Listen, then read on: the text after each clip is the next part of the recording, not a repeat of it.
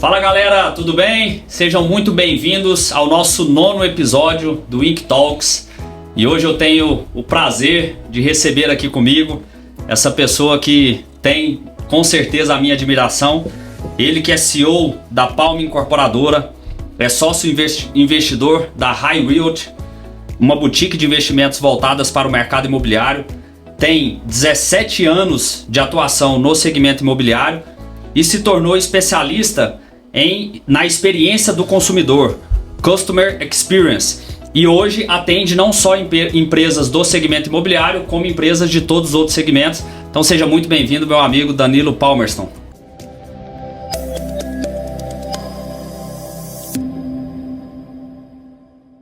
Valeu, Manuel, obrigado. Prazer é meu estar aqui com você. E quando você fala 17 anos, já me dá até um frio na barriga, né? A barba já tá branca, a gente já começa a ver que tá ficando velho.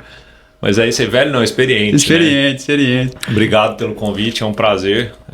Sempre quando a gente fala desse tema, para mim é motivo de orgulho, porque a gente vê que o pessoal tá começando a olhar para esse lado.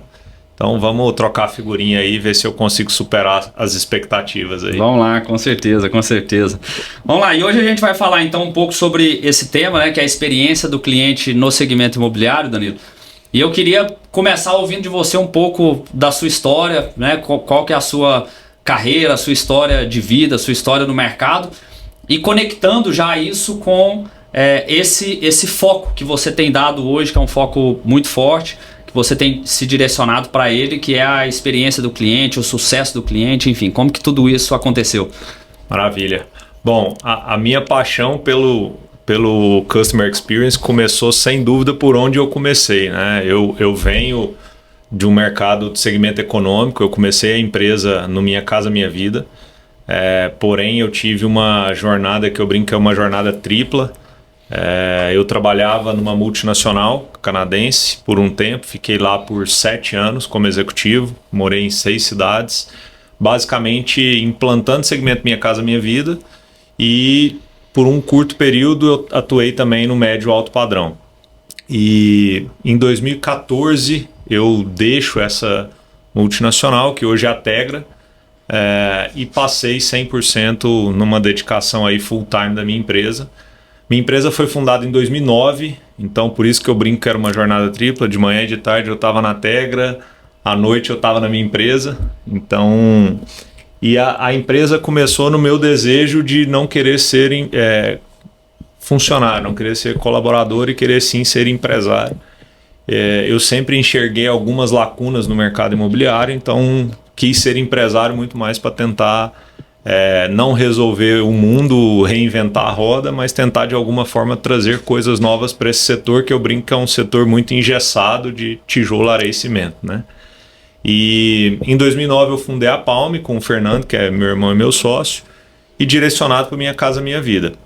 Naquela época era o auge do Minha Casa Minha Vida, e a gente passou ali de 2009 a 2017 praticamente só fazendo Minha Casa Minha Vida. Então, construindo casa, prédio já? Construindo casas, 100% casa, 100% horizontal. A gente nunca chegou a fazer um prédio do Minha Casa Minha Vida, até por uma característica que eu comecei a identificar ao longo do caminho, né? Que basicamente esse público quer quintal. Então eu não acreditava e não acredito ainda na liquidez do residencial vertical para o Minha Casa Minha Vida. Lógico que tem venda e tudo mais, a gente vê a MRV aí uma gigante no setor, mas ao mesmo tempo eu acredito para as menores nessa questão da horizontalidade, né?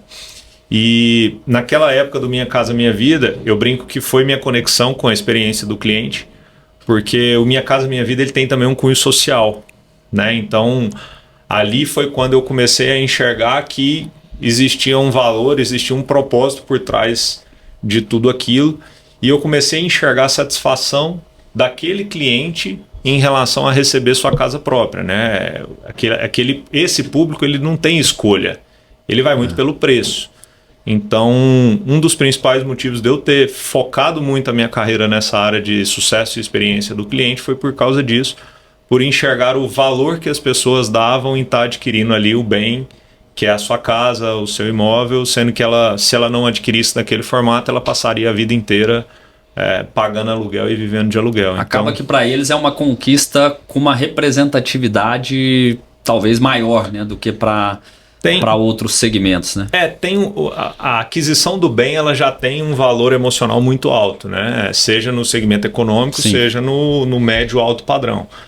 Porém, no Minha Casa Minha Vida é diferente, né? A pessoa está a vida inteira ali pagando aluguel, ela nunca imaginou poder ter um imóvel próprio e de repente ver um programa que consegue resolver isso. E muitos descobrem ao longo do caminho e sem de fato imaginar isso, né? Assim, eu já tive um pouco dessa experiência até lá no mercado de São Paulo, fazendo gestão comercial de empreendimento do segmento econômico, e tinha muito cliente que chegava lá para o atendimento junto com o corretor, que o corretor insistia com ele, vamos lá, vamos fazer uma simulação para você ver que é possível. Perfeito. E tudo, e muito cliente que chega lá sem imaginar que ele tem a condição de comprar um imóvel naquele momento de vida dele, né? E isso é tão interessante isso que você trouxe, porque assim, além do cliente não ter essa percepção de que ele dava conta e que ele dá conta de comprar, de um outro lado a gente tem uma desqualificação de mão de obra que às vezes não consegue, que é a mão de obra do corretor, que às vezes não consegue mostrar para ele como ele consegue comprar. Então, o foco da experiência do cliente, ela vem exatamente para tentar unir essas duas pontas, né? Então, de mostrar para a pessoa que existe um valor por trás disso e que ela consegue, sim, comprar mesmo estando posicionado num segmento econômico, num segmento popular, vamos dizer assim. Entendi. E aí, você vivendo essa experiência lá de trás, da época do econômico, depois disso, a Palme, né, veio se posicionando no mercado, numa outra atuação, como você colocou, né, que acabou saindo aí do segmento econômico. Hoje vocês atuam mais voltado médio alto padrão, médio, não é isso? Isso. E como que foi trazer essa experiência sua e trazer isso vinculado a essa questão da experiência do cliente, do sucesso do cliente, com toda essa mudança também, que não é só uma questão do seu direcionamento para isso, mas uma própria mudança de visão de mercado em outros segmentos, enfim. Como que foi o link disso, dessa sua história com esse momento seu hoje? A Palme, a gente, como eu disse, a gente se posicionou até 2017 praticamente no segmento econômico. Em 2017 a gente vira a chave para o médio alto padrão, e aí essa virada de chave foi muito em decorrência de uma transição de governo. Eu passei um momento muito delicado da empresa de 2017 para 2018, delicado financeiramente. Eu brinco que Minha Casa Minha Vida é política pública, né? Você tem o subsídio e tudo mais, e eu falei, eu não quero isso mais para mim. Então, quando a gente foi para o médio alto padrão, a gente tentou de alguma forma preencher lacunas no mercado imobiliário que a gente enxergou no segmento econômico. Exemplo, né? A gente vê que o segmento econômico, como a pessoa ela não tem tanto conhecimento e é um mercado que a gente acaba, vamos dizer assim, sendo um divisor de águas na vida da pessoa, a gente começa a enxergar que se a gente conseguir trazer essa pessoa desde o início até a entrega do produto e traçar quais que são os pontos de fricção que ela tem ali, dela não saber o que é um INCC, dela não entender quanto tempo que demora a entrega do empreendimento. Então, se a gente acompanha esses pontos de contato e tira essa dor do cliente ao longo do caminho, a gente acaba gerando um valor ainda maior nesse público do segmento econômico. Então, a gente tentou transportar isso para o médio alto padrão. Então, e esse transporte, quando a gente fez isso, a gente teve um impacto muito significativo, né? Porque o nosso setor, eu brinco assim, o cliente ele compra um pedaço de papel hoje, daqui 36 meses, quando ele compra no lançamento, daqui 36 meses ele vai lá e recebe o imóvel. Então ele passa esse tempo todo sem saber, entre aspas, o que está acontecendo com a obra, como é que está, se está em dia, se não está. Então a gente simplesmente... Vivendo só de sonho, né? Só de sonho, só de papel, né?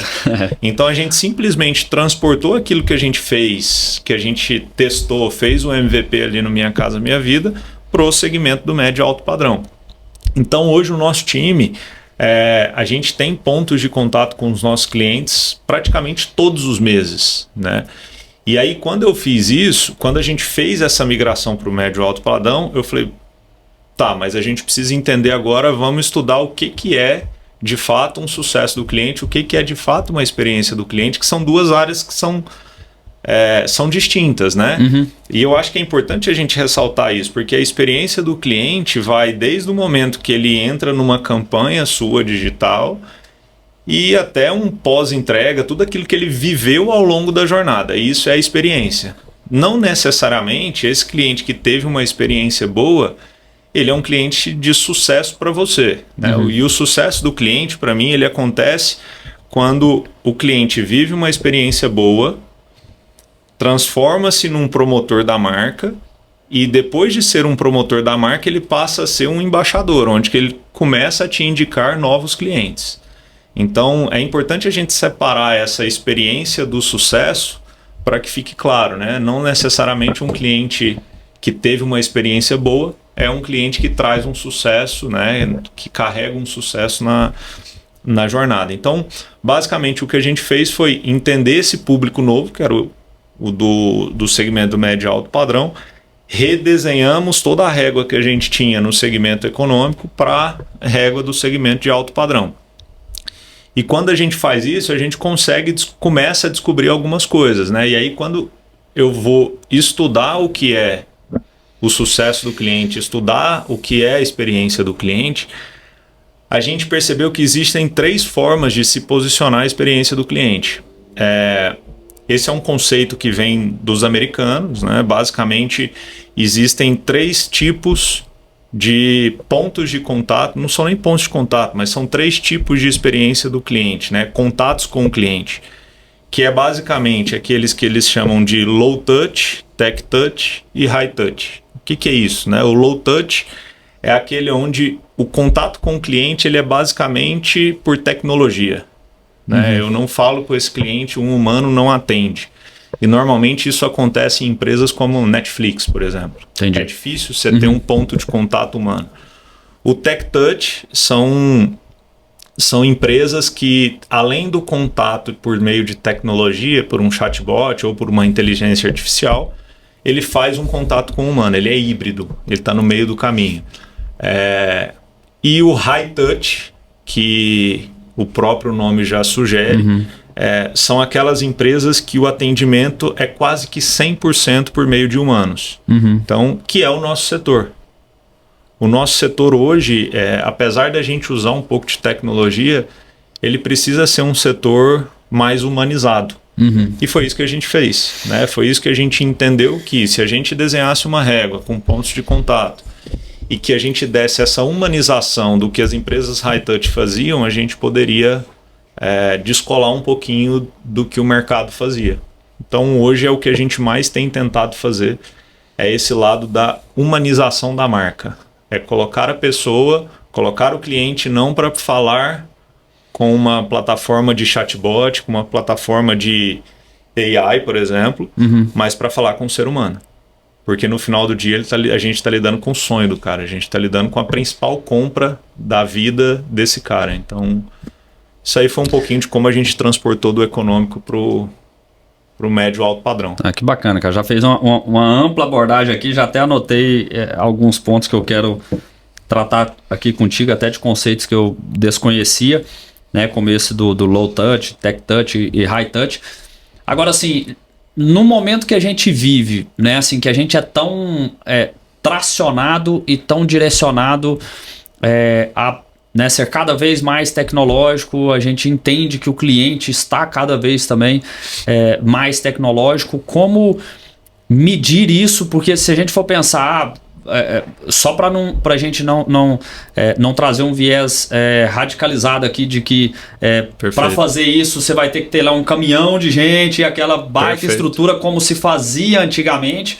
Né? Assim, como que você casa isso com o momento atual, que a gente tem a tecnologia ao nosso favor, mas tendo que usando dessa tecnologia e entendendo que o cliente também utiliza essa tecnologia, fazer um atendimento humanizado, porque eu concordo contigo, né? Assim, eu sempre faço um paralelo muito com empresas de aviação ou de telefonia, onde, né, assim, o atendimento é péssimo, né? Assim, a experiência nossa de necessidade de atendimento, de falar, de resolver qualquer tipo de problema é sempre péssimo.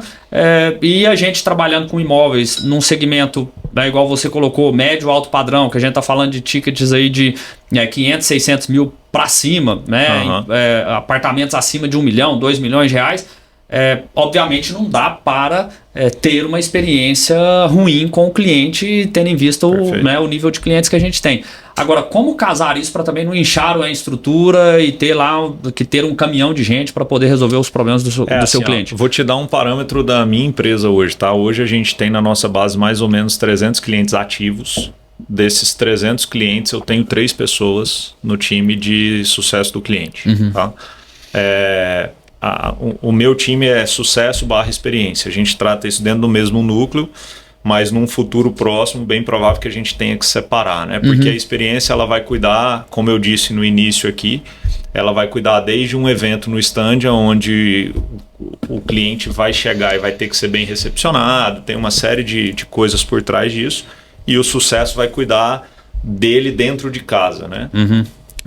Então, assim, hoje mais ou menos um colaborador atende 100 clientes. E como que a gente faz isso, né? A gente usa tecnologia. Mas o mesmo colaborador, eu sei que é um colaborador que cuida da mesma área, mas aí ele fica vinculado a um cliente? Pacote de clientes ou não? Não? Aí depende do... Aí é a régua que a gente tem de cada produto com os pontos de contato, e aí naquele determinado mês você tem um produto que está num ponto de contato, por exemplo, de fazer medição de armário. Então os 3 vão direcionar para aquele momento daquele foco mais produto. Da demanda do produto mesmo ali. Ou às vezes tem um produto que vai exigir mais uma demanda do que um outro, que está num outro momento. Por exemplo, um produto que está em obra hoje, eu uso muito mais tecnologia no mês do que humanização. Um produto que está em entrega, eu utilizo muito mais humanização do que tecnologia. Então vai calibrando isso de acordo com a jornada do cliente. De acordo com a jornada. Então, por isso que é importante a gente desenhar e deixar muito claro a régua, né? Então são 36 meses, você tem 36 pontos de contato, são 36 meses que você vai estar ali. Quer dizer que você precisa falar 36 meses com esse cliente? Não, você pode falar simplesmente uma vez se você quiser. Todo mês a gente fala por meio de tecnologia, e a cada 3 meses a gente fala por meio de humanização. Então a cada 3 meses os nossos clientes têm uma vídeo.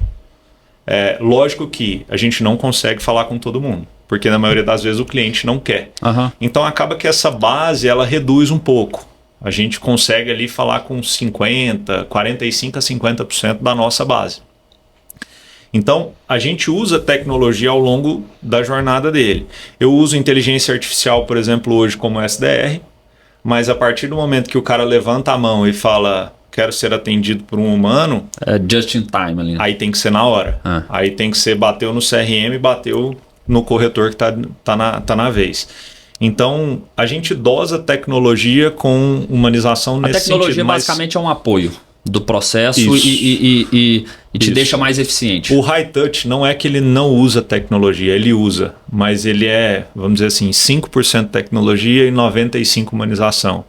O tech touch eu falo que é meio a meio, e o low touch é 95% tecnologia e 5% de humanização, né? Eu até brinco, eu dou sempre o exemplo da Netflix, e aí um primo meu uma vez levantou a mão e falou: não, eu já falei com a Netflix. Eu falei: tá, você tá dentro dos 5%, você não tá nos 95% da tecnologia. A grande maioria coisa não você fez para conseguir entrar nesses 5%. Então, essa segmentação desse...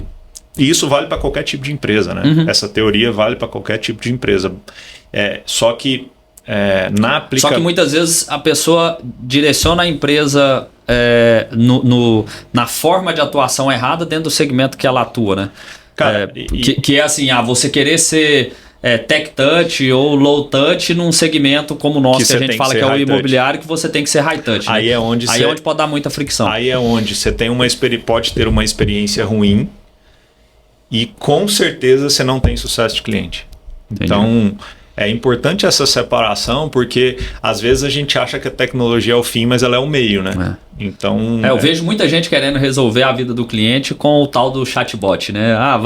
Implanta chatbot para melhorar o processo do cliente. Cara, e eu vou te falar, chatbot para mim foi um atraso na empresa. Eu implantei e desimplantei, não sei nem se existe essa palavra. Entendi. Agora... você falou sobre as diferenças de CX e CS, né? Da experiência e do sucesso. O que fazer para conseguir essa transição, né? Um cliente que está ali no seu processo de experiência, você fazer com que ele se encaixe ali e entre dentro do seu pacote, vamos colocar assim, de clientes que são um sucesso. Assim, eu vou te dar algumas coisas que eu faço. Não quer dizer que é certo ou que é errado. Às vezes pode dar certo para mim, não vai dar certo para você. Enfim, eu falo que assim, a experiência do cliente, para ela ser positiva, antes de você querer ter uma experiência para o cliente, você precisa garantir uma experiência para o seu colaborador. E hoje já existe a terminologia do EX, que é o Employee Experience, né? Que é a experiência do colaborador. Então, cara, se você... Aí isso a gente entra num tema um pouquinho até de cultura.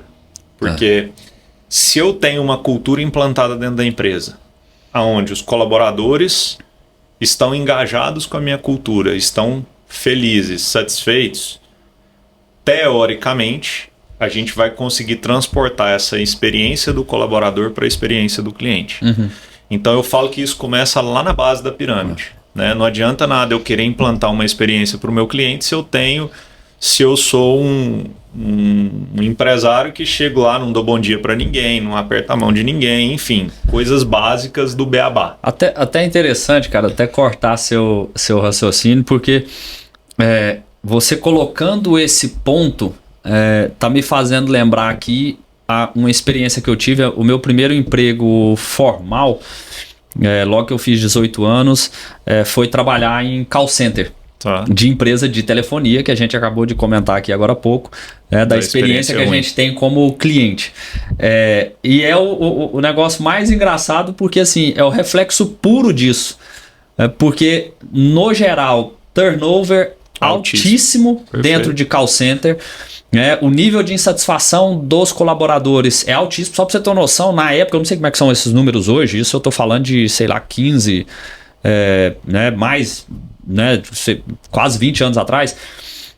Na época, era em torno de 10, 11 meses o turnover. De colaboradores. Então, assim, uma pessoa entra, fica 10 meses, sai, aí depois entra outro, sai. Então, primeiro, você manter pessoas treinadas e qualificadas já é uma dificuldade gigantesca. E sinal de que se uma pessoa entra em 10 meses, ela já está querendo sair da sua empresa, é sinal de que o ambiente de trabalho tem também... que olhar para trás. É muito ruim. Sim. E aí é o que a gente coloca. Não tem como uma pessoa que vive num ambiente desse de trabalho e o foco dela é atender clientes, você esperar que ela vá realizar um bom atendimento. Perfeito. Assim, além de toda a questão do próprio aparato assim, de tecnologia que eles usam lá, de atendimento que dificulta você chegar até um atendente e tudo, mas depois que você chega no atendente, a experiência de atendimento ela é muito ruim e não tem como ser diferente, né? Tendo em vista a experiência que o colaborador tem dentro da empresa. Isso, né? Cara, assim, é o que eu falo, a gente primeiro tem que olhar para trás. Então, assim, não tem fórmula de falar assim, faz isso na experiência do cliente que você vai ter um sucesso, porque se você tiver um ambiente tóxico dentro da sua empresa, que você não tem cultura implantada, que você tem colaboradores que não têm um employee experience bacana, cara, esses caras vão transportar isso para o seu cliente. Natural. Né? Então, e aí você me fez lembrar de um ponto aqui, o Nubank, o que ele fez quando ele começou a implantar a área de cliente, né? Eu falo isso, eu tive um bate-papo com o Denis Wenz, que foi VP do Nubank, dessa área de clientes.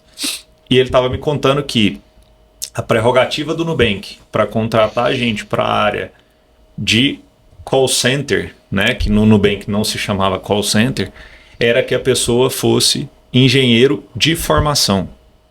Por que disso? Olha o tamanho da estratégia dos caras. Primeiro porque se o cara fez engenharia, ele sabe fazer conta.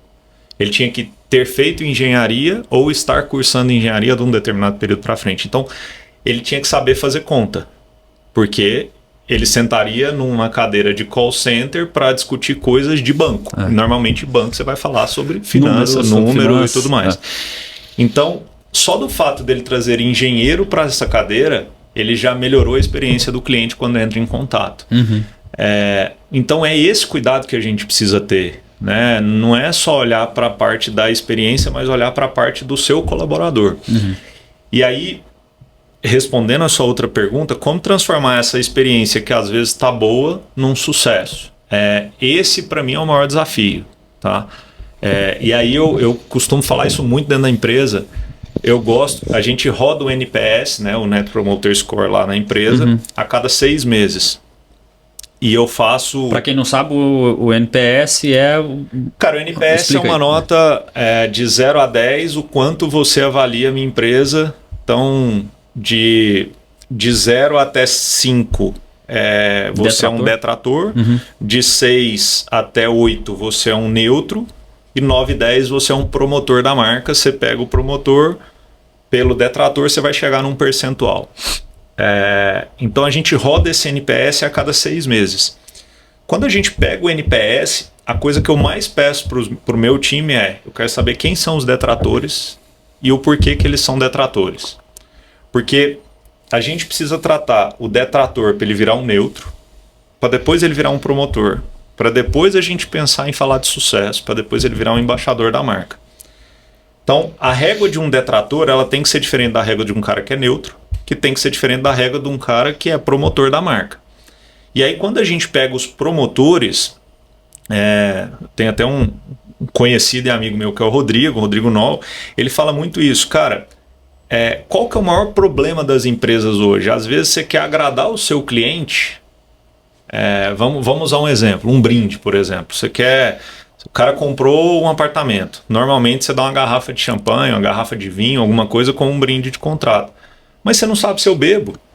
Então por que você está me dando uma garrafa de vinho? Então começa pelo básico.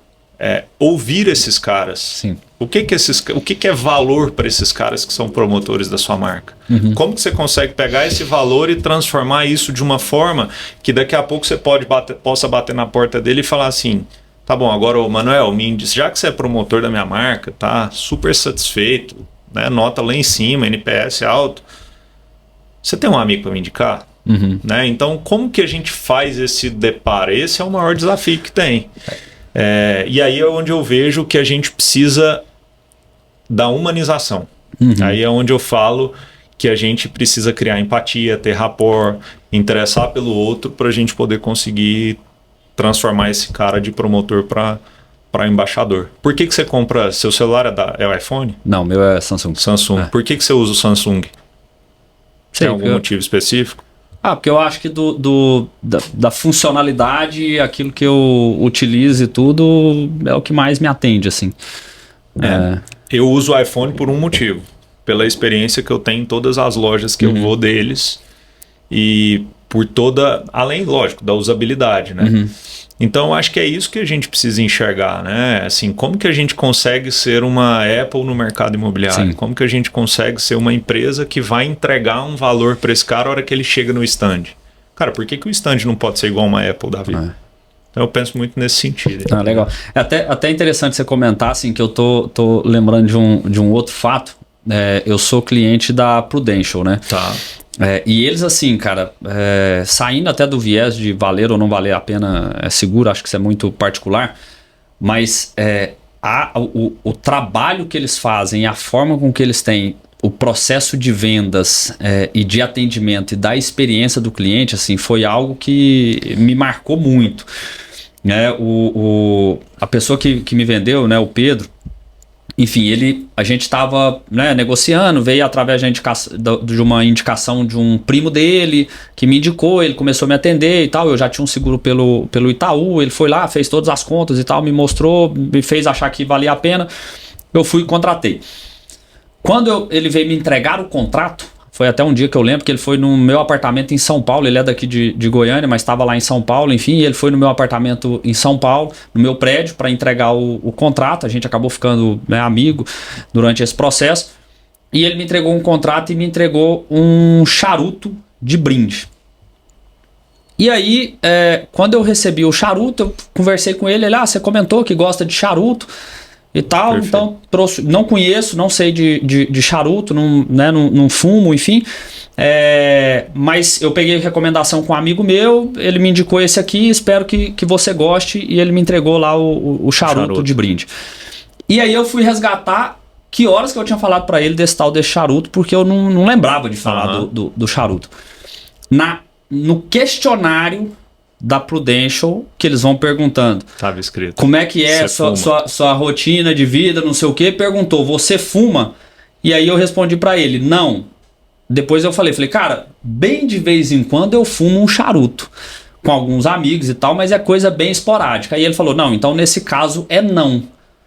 Mas muito provavelmente ele anotou lá do lado, ou gravou, enfim, e colocou lá o tal do charuto, e na hora de me entregar o brinde, me entregou o charuto. Perfeito. Foi algo que me marcou até hoje, né? Isso tem mais de 10 anos, você tem razão. E aí você toca num ponto que é assim, muita gente me pergunta assim, né? Não, mas, cara, você fazer uma experiência do cliente é caro.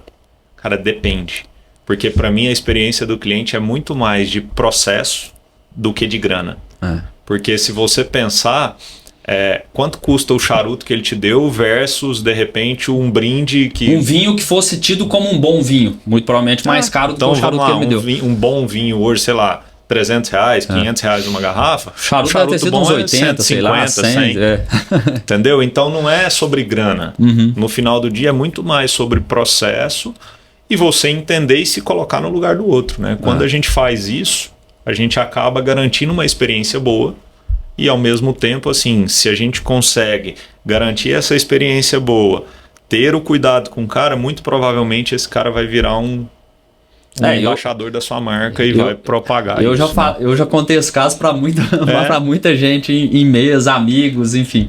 Né? Acaba que foi um caso que eu repliquei bastante porque me marcou. Te marcou. Agora, você comentou sobre a questão do NPS, né, dos detratores. O que fazer com um cliente insatisfeito? Cara, eu tenho... assim, eu vou ser bem sincero, são os que eu mais gosto. Por 2 motivos. Primeiro, porque ele te traz lições aprendidas. Lógico que existem gregos e troianos, né? Existe aquele que te traz uma lição aprendida que, de fato, você errou, você enquanto incorporador e tudo mais. Mas tem aqueles também que... né, demonstram uma insatisfação e são detratores, às vezes por coisas que você não vai conseguir resolver, né? Nem Jesus agradou todo mundo. Então, eu tenho um caso real de um cliente que a gente fez, ele comprou um imóvel com a gente. Quando ele compra o imóvel com permuta, a gente aceita o valor da permuta, entra na transação comercial, aceita o valor comercial. Porém, a gente precisa de toda a documentação para poder fazer a análise e ver se aquele imóvel, de fato, está tudo ok para a gente receber o imóvel. Só que ele assina a promessa de compra e venda e ele tem 30 dias para me fornecer a documentação e eu falar, aceito ou não aceito. E nesses 30 dias que a gente recebeu a documentação, o imóvel que ele dizia estar no nome dele estava no nome da empresa de um primo, né? E a empresa com N problemas... Enfim, não aceitamos o imóvel, só que ele já tinha pago a entrada. E aí deu aquele caos, porque o cara queria destratar, e enfim, não foi isso que me venderam, tal. Talvez tenha tido ali um ponto de fricção na comunicação do corretor com o cliente, mas enfim. Cara, o que eu fiz? Eu chamei o cliente, falei, vamos fazer o seguinte, deixa esse imóvel comigo, a gente vai tentar colocar no nosso esforço de venda, se em 30 dias, no máximo 60, a gente não vender, a gente destrata e te devolve o valor integral. Simplesmente eu me coloquei no lugar do cara, de falar, vou tentar resolver um problema que foi causado e se não der certo, eu não quero prejuízo para você, eu vou te devolver a sua grana. Cara, em mais ou menos 15 dias. Isso foi sorte também, tá? Não vou falar que ele pedia 500 mil no apartamento, nós vendemos um apartamento por 550. Então, e ele tinha uma parcela de 500 no nosso contrato. O que eu fiz? Peguei os 550, falei, tá aqui, seu apartamento foi vendido por 550. Eu ainda gerei 50 mil a mais pro cara. Cara, esse cara virou embaixador da marca. Ele era detrator. Ele não só comprou, como a mãe comprou no mesmo prédio, os dois moram um andar embaixo do outro. Então esse é um caso assim de que às vezes se a gente simplesmente fala, não, a regra nossa é essa, a permuta é essa, se está com problema, ele não quer distrata ali, ele pagou 100 mil, vou reter 50% e devolvo os outros 50%. Não, a gente teve o cuidado de olhar para o cara e ajudar a resolver um problema que no final do dia esse cara deixou de ser detrator e passou a ser embaixador da marca. Ele trouxe um outro cliente por conta desse cuidado que a gente teve com ele. Então esse é um dos casos, né? Tem alguns outros aí. E, de novo, a gente entra muito mais na questão da humanização, do cuidado com o outro, né? Então, agora, como formar um time para fazer isso? Porque, assim, nesse exemplo, né, até pelo volume, provavelmente, aí que você tem que tratar e pela própria importância que você dá ao tema, e depois eu até quero abordar um pouco sobre esse ponto também, você mesmo foi lá e entrou junto com o seu time, né, obviamente, mas você mesmo foi lá e entrou para poder buscar a solução junto com o cliente. Agora, como preparar um time para ele estar apto para esse tipo de autonomia, esse tipo de decisão, esse tipo de proposição na hora de enfrentar um problema com o cliente? Lembra que eu falei do employee experience, né? Então, assim, para mim isso é cultura, cara. Lógico que, Manuel, eu tô falando aqui coisas que eu acredito, tá? Dá 100% certo? Não. Tem muita coisa que dá ponto de fricção ainda, e sempre vai dar, né? E você também está num processo de evolução, de aprendizado, sim, de tentativa e erro. E o que a gente tenta fazer, né? Uma das coisas que a gente já percebeu, cara, não pode ser a cabeça do Danilo. Tem que ser a cabeça a cultura da empresa. Sim. Né? Então, assim, hoje a gente tem tentado transformar algumas pessoas, né, em tutores, em aqueles que olham com esse cuidado e conseguem olhar com esse cuidado. E essa decisão que eu tomei, cara, qualquer pessoa na empresa podia tomar, porque era uma decisão que estava assim, eu não tô prejudicando a empresa, eu não estou prejudicando o cliente, eu estou simplesmente dando um gap ali de 30, 60 dias, buscando uma alternativa, buscando uma solução para não deixar um cliente detrator sair da carteira, né? Eu poderia, igual eu falei, poderia muito bem falar, não, tá bom, distrato, fico com 50%, a regra é essa. Então, acho que o fazer isso, cara, é dia a dia, tentar implantar cultura e mostrar para o time aquilo que a gente acredita, né? E eu acho, até queria chegar nesse ponto que eu falei, né, de abordar, porque eu enxergo um pouco disso também, que é assim, a área de relacionamento com o cliente, historicamente, ela está dentro de uma estrutura de back-office dentro da empresa. Né? Assim, aquilo que trata todos os assuntos de back ali da empresa, operacionais, burocráticos, enfim, se junta a toda essa estrutura dentro da organização. Você enxerga que tem que ter um posicionamento diferente dessa área dentro da empresa para poder causar essa transformação? Total. Cara, foi até bom você ter falado isso, porque a teoria diz o seguinte, né? Eu tenho aversão a relacionamento com o cliente. Por que eu tenho aversão? Porque quem tem uma área de saque, nada contra, tá? Mas eu não implanto isso na minha empresa. Mas quem tem uma área de saque ou uma área de relacionamento com o cliente, tem área passiva. Isso. Ou seja, ele espera o problema chegar no colo dele para resolver. Quem tem a área de sucesso do cliente, ele se antevê a possíveis problemas que o cliente vai ter e gera rapport. Exemplo, cara, às vezes você não tem nada para falar com seu cliente está extremamente satisfeito, mas se você manda uma mensagem ou se você faz uma ligação onde você simplesmente pergunta, eu consigo te ajudar com alguma outra coisa que eu não te ajudei até agora? Eu já ouvi coisas do cara parar e pensar, eu não, né, o time, do cara parar e pensar e falar assim, é mesmo, está chegando a entrega do empreendimento, eu não tenho arquiteto ainda, você tem alguém para me indicar? Entendeu? Então, E algo tão simples de resolver, né? Super simples, cara. De novo, é processo. Então, é importante a gente separar que a área de relacionamento com o cliente tem postura passiva, sucesso do cliente tem postura mais ativa. Então, e aí, dito isso, uma das coisas que eu defendi com os sócios dentro da empresa foi a área de sucesso do cliente tem que ser uma área ligada a uma diretoria que tenha postura ativa. Hoje, a nossa área de sucesso do cliente é dentro da diretoria de inovação, que embarca produto, incorporação e CS.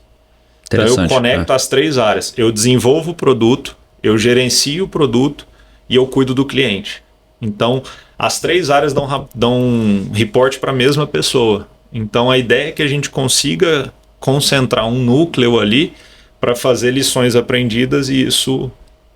Então eu venho, desenvolvo um produto, lanço, a incorporação faz a gestão, o time de sucesso entrega, mapeia o que deu o ponto de fricção e devolve para o time de produto aqui para continuar a roda girando. Virando um ciclo virtuoso, dentro desse escopo específico que está muito ligado ao cliente. Agora eu poderia pegar a área de relacionamento com o cliente e colocar no time de operações. Ou no administrativo e financeiro, igual ou no administrativo e financeiro, que eu só olho para o boleto. Então é isso, cara. No final do dia é o que eu acredito. Que no final tem que ter uma mudança de mindset, não só uma questão processual ou uma questão de querer fazer, mas você tem que mudar a mentalidade da empresa para dar conta de atender essa frente. É isso. É isso aí. Se você não mudar a cabeça das pessoas e de novo cultura, cara, você não vai ter, se você não tiver na base da pirâmide aqui colaboradores que estejam engajados com a cultura e acreditam naquilo que você acredita, você não vai ter uma experiência legal e você nunca vai ter gente numa área de sucesso do cliente sendo embaixador da marca. Interessante. E a gente tocou nesse ponto, sobre a questão de personalizar certas frentes de atendimento, como o brinde, enfim. Agora, como criar uma esteira voltada para esse processo de entender que cada cliente é um cliente e você ter um nível alto de personalização nesse atendimento, em todo esse processo? Cara, assim, de novo, eu acho que depende muito do ponto de entrada do cliente na sua jornada, Vamos imaginar assim, estou fazendo um lançamento, então... Vou dar um exemplo hipotético, 100 unidades. Eu espero vender 50%, 50 unidades, É óbvio que eu não vou conseguir fazer uma personalização de 50 unidades no mesmo final de semana, como eu consigo fazer, por exemplo, se eu vender 50 unidades ao longo do mês. Então, normalmente em lançamento eu não faço essa personalização. Aí nesse ponto do brinde, são brindes que tem a ver com o produto, tem a ver com a estratégia de marketing, não simplesmente uma garrafa de champanhe ou uma garrafa de vinho. Mas ao longo da entrada do cliente em qualquer outro ponto de contato eu consigo fazer isso. Porque a nossa esteira o cliente assina o contrato hoje, a segunda pessoa a assinar o contrato como testemunha é a minha gerente de sucesso do cliente. Por quê? Porque o Manel entrou como cliente, ele assina. Ela vai ver que o Manel entrou como cliente na hora dela assinar, porque é digital, a hora que bate no e-mail dela, ela assina. Manel, tudo bem? Sou a Viviane, do time de relacionamento do time de sucesso do cliente. Tô te ligando para te dar boas-vindas. Queria um espaço na sua agenda para daqui 7 dias a gente poder fazer a nossa onboarding. É uma vídeo onde eu vou entender o porquê que você está comprando um imóvel com a gente, te passar como que a empresa funciona e tirar suas dúvidas que você tiver.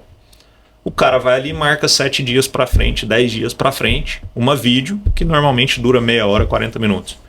Por que a gente pede 7 dias? Nesses 7 dias o time dela entra e faz um stalkeamento da vida do cliente nas redes sociais. Cara, o Manel é um cara que gosta de corrida, todo dia ele acorda cedo, alimenta bem, tem uma gestora de incorporação, que faz coordenação e tudo mais. Então ela já te mapeia e na hora que ela vai para uma conversa de onboarding, ela já sabe quem é o Manel. Ela já criou uma identidade com o Manel, então a conversa fica mais fluida.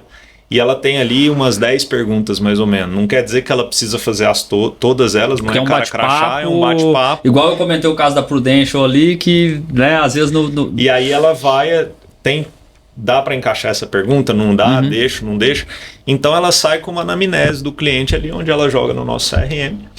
E aquilo ali, daí para frente, ele entra numa esteira normal, né? Aí são os pontos de contato que a gente tem. Mensalmente ele recebe os bullets lá falando de qual a evolução de obra. A cada 3 meses a gente chama uma vídeo se ele quiser, para poder entender como é que tá, se tem alguma dúvida. O nosso boleto, às vezes a gente manda com uma mensagem personalizada. Normalmente o boleto é só assim, ó: se você não pagar até tal data, juros e multa. Então são essas coisas que a gente tenta implantar para quebrar esse gelo. Entendi. Né? Essa bacana, frieza. cara. Agora, muito provavelmente seja difícil você fazer isso funcionar de forma efetiva, centralizando as ações somente nesse time de sucesso do cliente, e da experiência do cliente, enfim, que você comentou que é uma estrutura só. Como fazer essa interação daquilo que esse time propõe, daquilo que você constrói como necessidade dentro dessa jornada do cliente, com as outras áreas? Aí você vai ter, né, uma área de marketing, a área de vendas. A gente vive uma circunstância, né, uma situação que é uma situação de mercado e que muito provavelmente dificulte um pouco isso ao longo do caminho, que é a pulverização dos times de vendas, né, o volume de corretores que trabalham os projetos hoje aqui na cidade de Goiânia, por exemplo, né, que é onde você atua.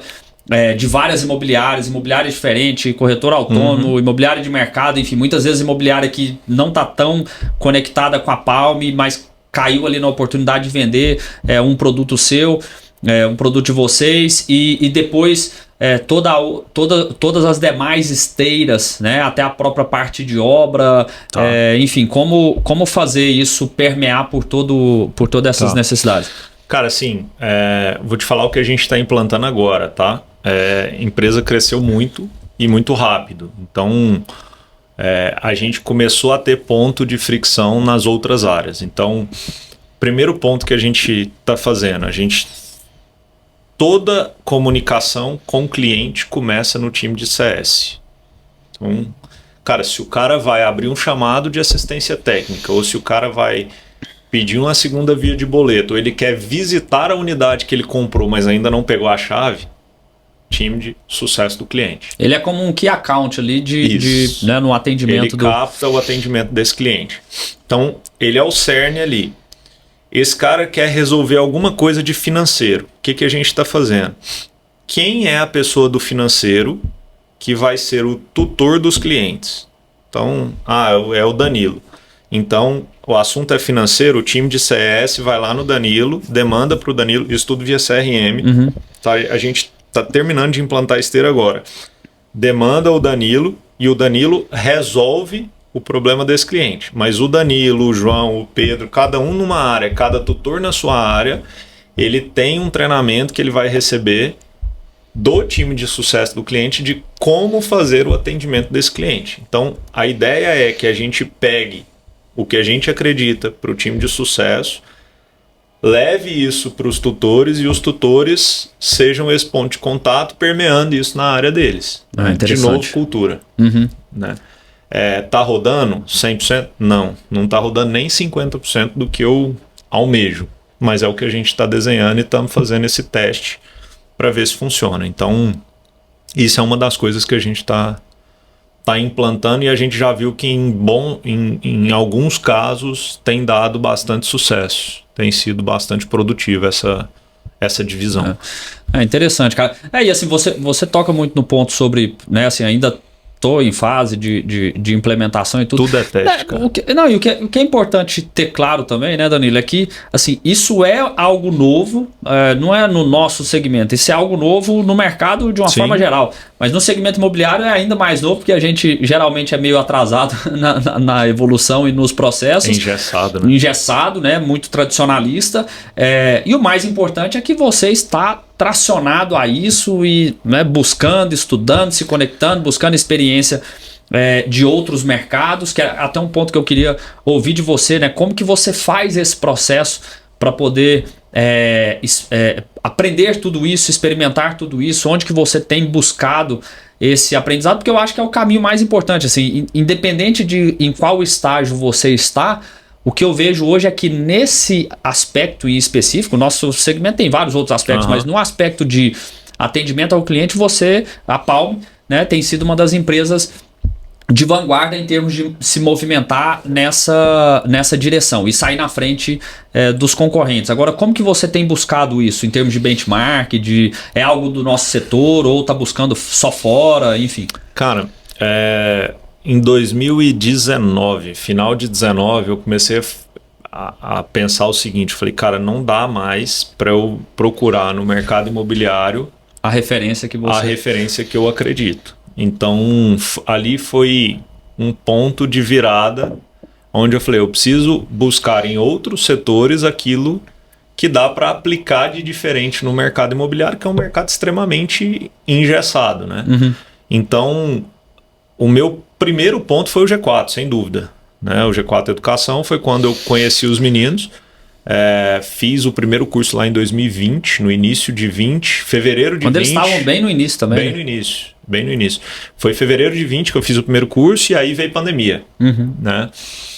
Então, assim, isso é uma coisa, né? Eu sempre tento buscar cursos que, de uma forma ou de outra, eu consigo correlacionar com o meu mercado, mas que não são nichados, né? Então, cara, vai ter um curso sobre vendas no mercado farmacêutico, representação comercial.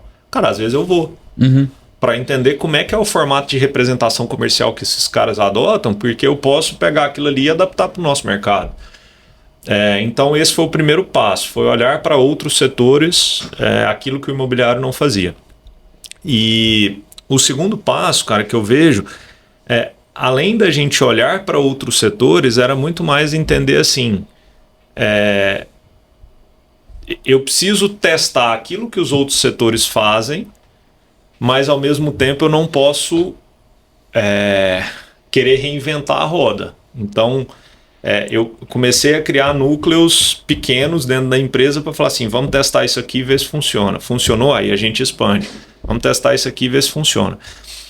E por último, um ponto que também para mim faz muito sentido cara, eu toda quarta-feira eu almoço com alguém. E aí esse alguém pode ser o meu barbeiro, o dono da loja do carro que eu comprei. Enfim, eu almoço com alguém para, cara, bate-papo mesmo. Uhum. Porque e aí eu tento entrar muito na experiência do cara, naquilo que ele tem de vida. Uhum. Né? Eu pego um barbeiro. Cara, quantas pessoas passam numa barbearia hoje?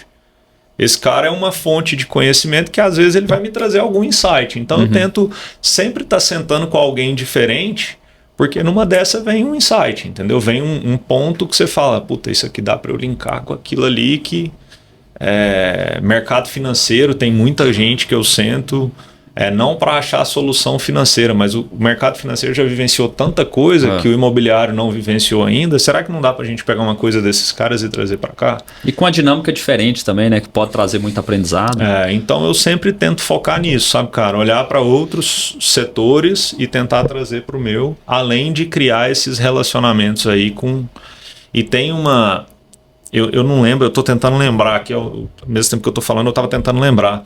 Teve um cara que eu ouvi uma vez falando que ele fala assim, cara, nunca é impossível se encontrar com alguém que você queira encontrar, porque você sempre vai conseguir criar conexões para chegar nesse cara. Uhum. Então, assim, vou dar um exemplo hipotético aqui, né? Você trabalhou na IBM é sócia da Cirela tem seu Eli, né?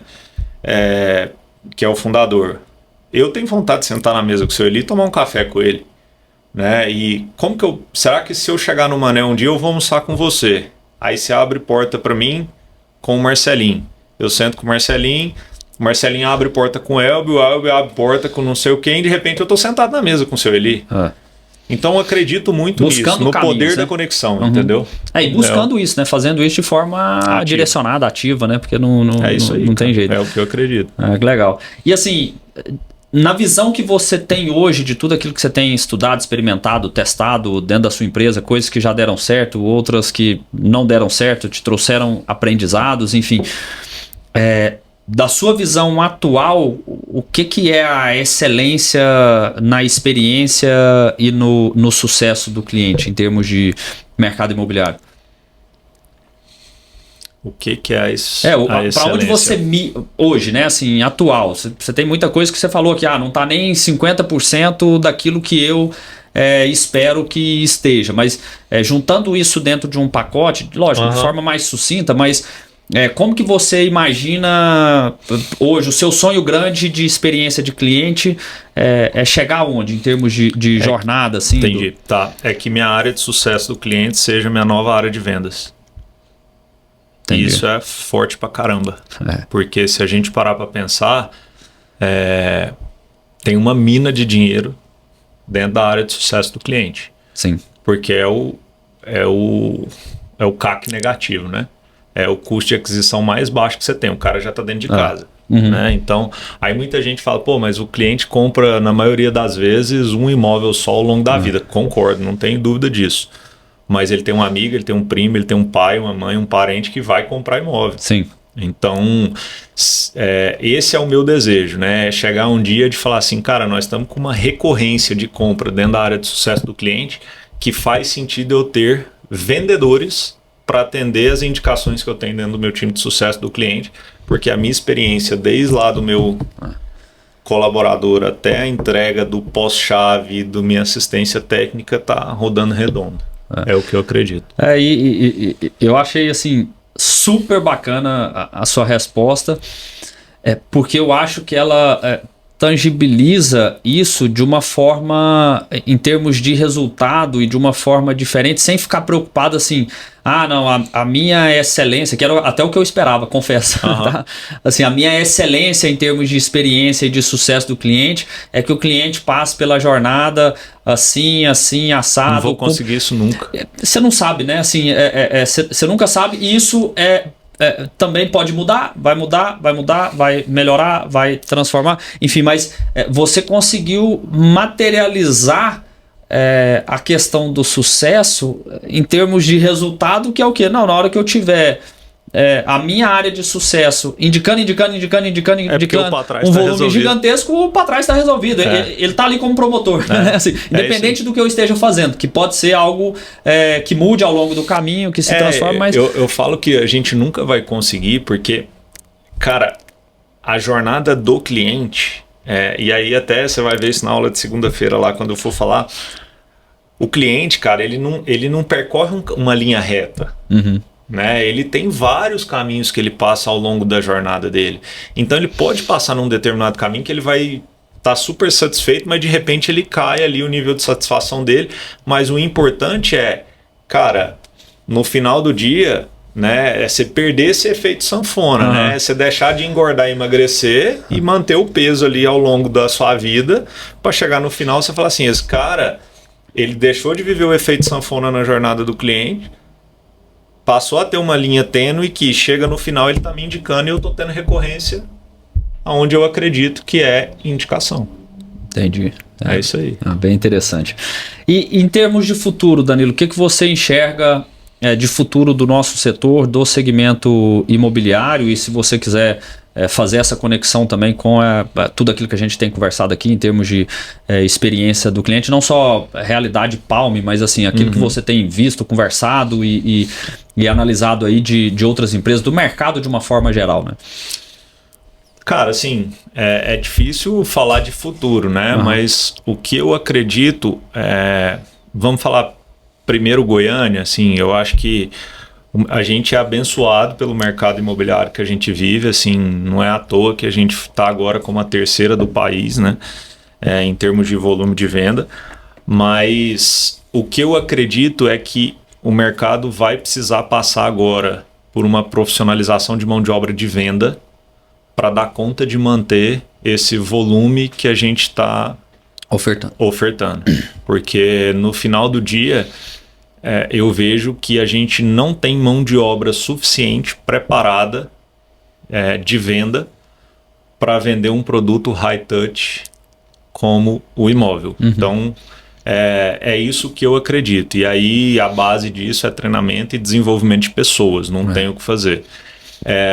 Por outro lado, eu acredito que a gente deva passar uma ressaquinha, principalmente porque a gente vai ter em Goiânia agora um volume alto de entrega, né? E aí, assim, espero que essas entregas não tenha muito investidor flipando imóvel, mas se tiver, a gente deve passar por uma ressaquinha, e isso é natural que muitas pessoas que estão no mercado vendedor saiam desse mercado, né? Pela dificuldade que possa vir a apresentar. E aí, cada vez mais, quem ficar vai ter que estar mais ainda aperfeiçoado para poder conseguir atender essa demanda de forma mais humanizada, de forma mais qualificada, né?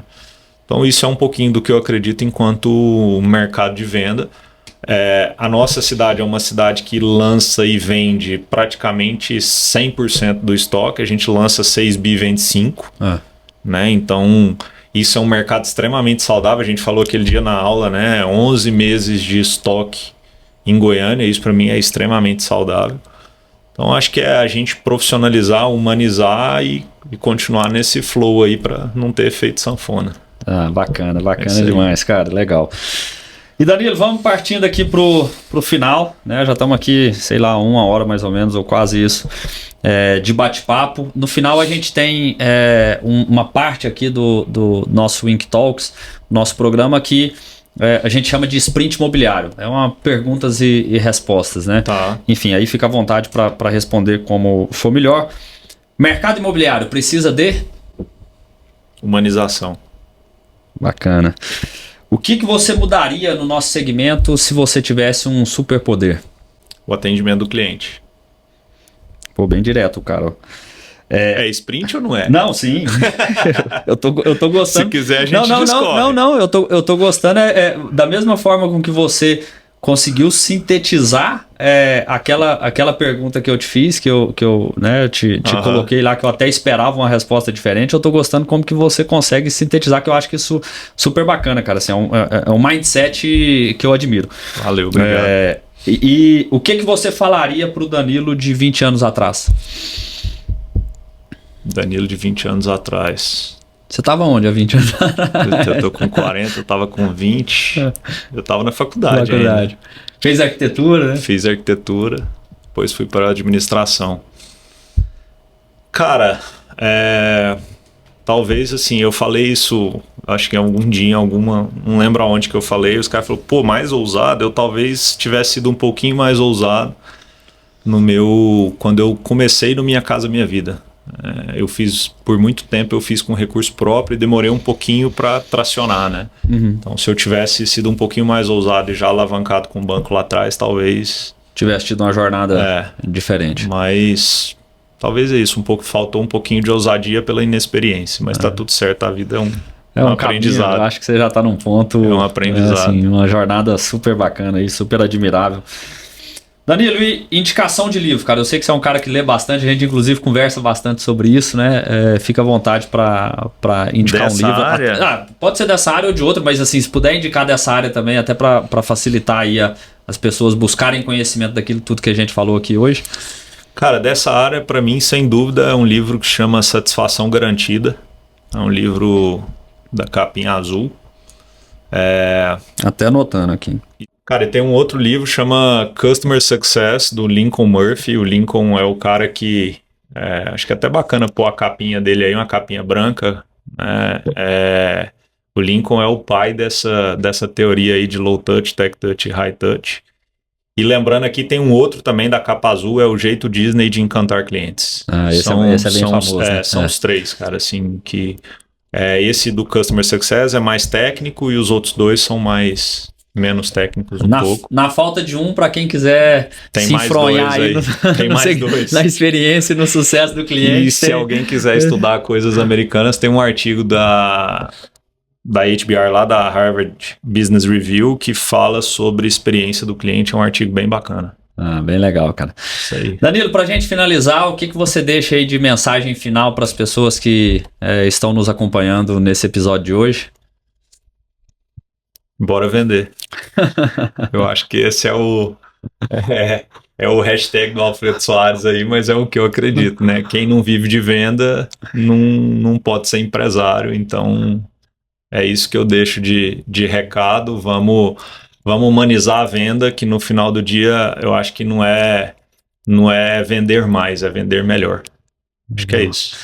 Cara, muito bacana, muito bacana. Queria te agradecer aí mais uma vez pelo bate-papo, pela disponibilidade, pelo tempo que você teve aqui conosco, por toda essa experiência que você trouxe na experiência do cliente, né, de todo o conhecimento que você tem, tudo aquilo que você tem buscado aí em termos de estudo, de formação, de implementação dentro da sua empresa, né? Assim, volto a reforçar que eu admiro muito esse movimento que você tem feito lá na Palme, porque eu também acredito muito nisso, eu acredito muito nessa necessidade da gente melhorar a experiência dos nossos clientes dentro do segmento imobiliário. Né, assim, parabenizo pela jornada, por tudo aquilo que você tem construído e mais uma vez agradecendo aí pela presença e aquilo que você pôde compartilhar com a gente aqui hoje. É isso, cara, eu que agradeço o convite. É sempre bom falar de experiência do cliente, sucesso do cliente, ainda mais voltado para o nosso setor, né? Que acaba que hoje eu falo, esse é um tema que dá para você usar em qualquer segmento. Mercado, qualquer segmento. E conta comigo aí, sempre que a gente puder compartilhar conteúdo e coisa boa para a turma, tô à disposição. Obrigado. Valeu, Danilão. Obrigado mais uma vez. Show de bola. Valeu, turma. É isso. Mais um episódio, nosso 9º episódio aqui do Ink Talks. Um ponto, redes sociais, para quem quiser te acompanhar e ter um pouco aí de conhecimento daquilo que você traz para o segmento. Cara, o da empresa é @Grupo Palme, né, o da Palme, e o meu é @DAN de Dan Palmerston. É mais fácil entrar no da Palme, meu sobrenome é um pouquinho complicado, mas é @Dan Palmerston. É só adicionar lá e vamos junto. Legal, show de bola. Vale a pena acompanhar aí para quem quiser ver um pouco mais de conteúdo para o nosso setor. E é isso, pessoal. Mais uma vez, muito obrigado por nos acompanharem em mais um episódio do Ink Talks.